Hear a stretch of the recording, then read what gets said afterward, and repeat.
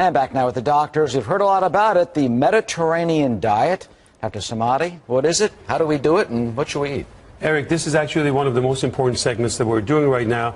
New England Journal of Medicine, study coming from Spain, looking at 7,500 patients, followed by 5 years. And this is the first time, it's a real landmark study that shows Mediterranean diet can reduce the risk of heart disease by 30%. That's significant because all these statins that we've been giving to patients only helps them by 25%. All these studies about diet and food and nutrition and heart all have been observational study except this one, which is a really good randomized study. And I like this Dr. Martinez from Spain, who's done an amazing job. Now, what are we talking about? You asked, we're talking about extra virgin olive oil, about 4 tablespoons a day. We're talking about salmon, fish, nuts are absolutely great for you. Fruits and vegetables, and really replace and push all that red meat and processed meat out of your diet. What you do is you don't want to have a drastic change, you want to do it very slowly. But this is a very significant and exciting one, and I think I encourage a lot of people to really start doing this. Fish, chicken?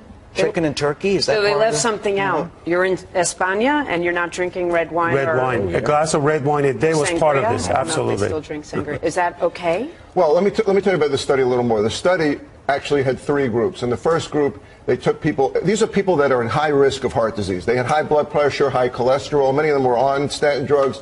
They had family history. They smoked. And they said, what can we do to improve things? And one group, they gave nuts to, walnuts, hazelnuts, almonds. The second group, they gave olive oil to.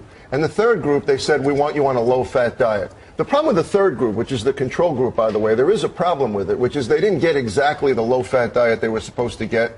And they didn't get the fish that the first and second group got. So it's not a perfect study, but I actually like it also, the same as David does, because I think it adds more evidence to the fact that fish, that omega-3s, that nuts, that olive oil, and even more important, Jamie, cutting down on that red meat, cutting down on that dairy, like we said in the first segment, eating more fish and poultry, all of that improves lifespan and decreases your risk. Now, in this study, it was stroke. It was mainly stroke that you had less risk of, but other studies have shown less heart disease. I think that this Mediterranean diet is the ticket. And one thing about you can't have chicken, have fish instead of the meat. Nuts, you don't want salted nuts, so we go get unsalted nuts, yes, right? That's right. But Eric, what's important about this is that they actually stopped the study in the middle because the result was really, really significant. That's really important. This is not one of these observational studies that we're bringing to you. It's a real deal, and I want people to pay attention to this.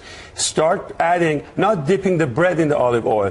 Add olive oil to your salad, add nuts, and stick to a healthy diet. That's more important than exercise and more important than taking some of these statins. Dr. Colby, weighing in, cut the stress if you can. We're going to go. We have a topic I'm particularly interested in, Eric too.